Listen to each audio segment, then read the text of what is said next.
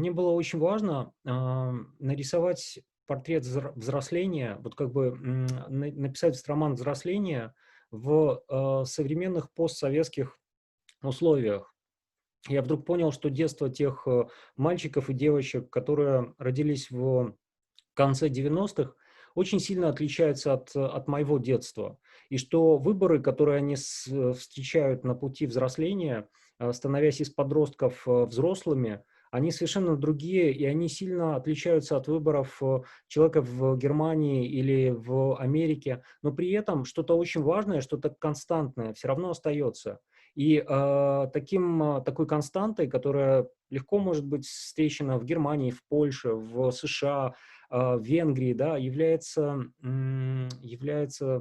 любовь. Если это роман, по сути дела, роман о нелюбви, о девочке, которая хронически, категорически не любит со своим отцом. Нелюбовь этого отца к ее матери заставила мать совершить суицид. И, ее носит по свету, она много путешествует, опять же, и, она ищет эту любовь, это тепло. И когда она не может это тепло получить, она начинает понимать, что она и должна быть, его источником. Вот, ну, как бы нехватка любви. Мне, наверное, самому в тот момент было горько от того, что, моя мать, рано умерла и так далее. В каком-то смысле, наверное, это все чуть-чуть автобиографически, но да, вот эта совокупность чувств и вызвала сюжет "Озеро радости".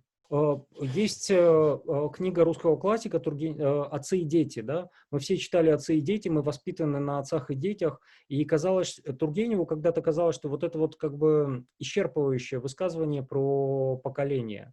Вот с тех пор отношения поколений усложнились и стали еще более, сложными, и появилась самое главное не любовь, оказалась главной движущей силой отношений между поколениями. И сегодня мы относимся к своим детям как к источнику проблем и думаем о том, каким образом занять их "Ютубом" или играми, чтобы как можно меньше любви своей на них, производить. Любовь замыкается в человеке, и человек становится холодным существом, которое не готов принимать любовь и которое не готово давать тем более любовь, даже своим детям, не говоря уже о своем партнере и своем близком. Мы, видим, на детских площадках родителей, которые, уткнувшись в гаджетах, игнорируют своих детей, вешая их все на новые качели, чтобы, не дай бог, их не трогали. И вот это поколение, которое родилось сейчас, оно рискует быть самым недолюбленным из всех поколений, самым заютюбленным, самым просто виртуальным из всех людей.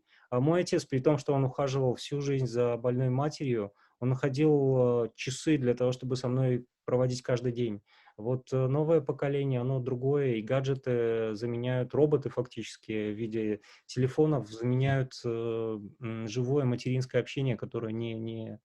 Да, она не совсем сирота, но она сирота, она имеет родителя с отрицательным значением. Лучше бы у нее вообще не было папы, чем папа, который целенаправленно удаляет ее из города, в котором он живет. Он ставит себе целью сохранить свой волшебный мир, свою новую молодую любовницу и удалить с глаз долой все то, что напоминало бы ему о прежней жизни.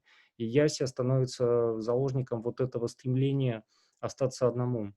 М, да, мне кажется, что одиночество сейчас, если в 20 веке человек превозмогал одиночество, то человек 21 века к нему стремится и стремится его законсервировать. Он уповает на свое одиночество, он упивается своим одиночеством. Ему очень хорошо с лентой Фейсбука в телефоне, и дети только отвлекают его от этого.